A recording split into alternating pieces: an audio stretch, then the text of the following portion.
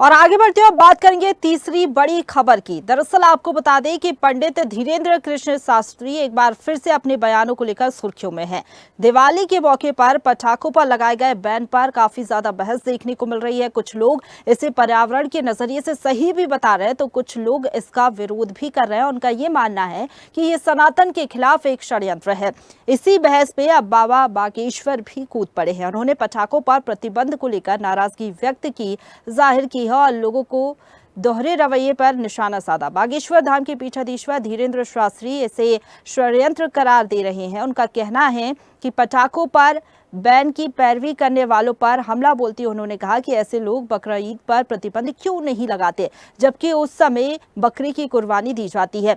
कई स्थानों पर ये कहते हुए पटाखों को बैन कर दिया गया है कि इससे प्रदूषण में इजाफा होता है। बाबा धीरेन्द्र शास्त्री ने कहा कि ऐसा हर बार होता है कि प्रदूषण का हवाला देकर दिवाली से पहले ही पटाखों पर बैन लगा दिया जाता है, जबकि दूसरे त्योहारों में ऐसा नहीं होता। क्या कुछ उन्होंने कहा, सुनवाते हैं आपको।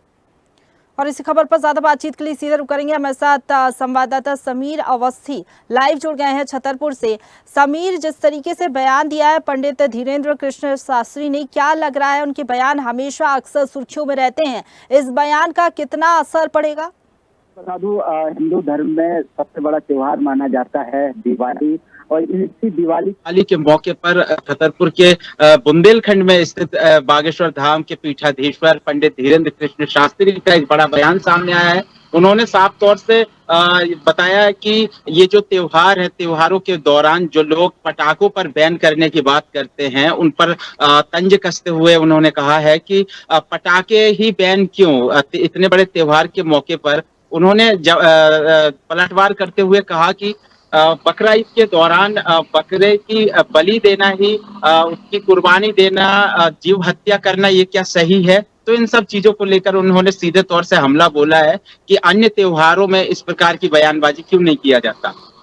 बिल्कुल समीर, लेकिन देखिए, दूसरे समुदाय को लेकर जब भी बयानबाजी होती है तो उसके बाद दूसरे समुदाय की तरफ से भी बयानबाजी होती है, तो क्या लग रहा है इस बार भी कुछ ऐसा होता हुआ नजर आएगा? देखिए, कई जगह पटाखे बैन किए जा चुके हैं। इसी पर नाराजगी जताते हुए पंडित धीरेन्द्र कृष्ण शास्त्री ने मीडिया के सामने आके कहा उन्होंने कि दूसरे धर्मों के त्योहार के दौरान कोई विवाद नहीं होता, कोई बयान नहीं होता। जब हिंदू धर्म और सनातन धर्म का कोई जब सबसे बड़ा त्योहार सामने आता है, चाहे वो होली हो, चाहे दिवाली हो, इस दौरान लोग जो है अभियान चलाते हैं, मुहिम चलाते हैं।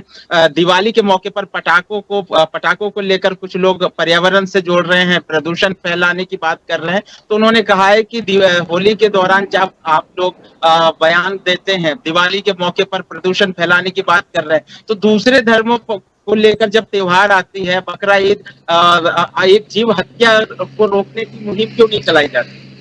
बिल्कुल सुधीर, लेकिन हम देखते हैं कि कई बार जब धीरेन्द्र शास्त्री कोई बयान देते हैं तो दूसरे साधु संत या फिर धर्मावलंबी जो रहते हैं वो उनके बयान का विरोध करते हैं।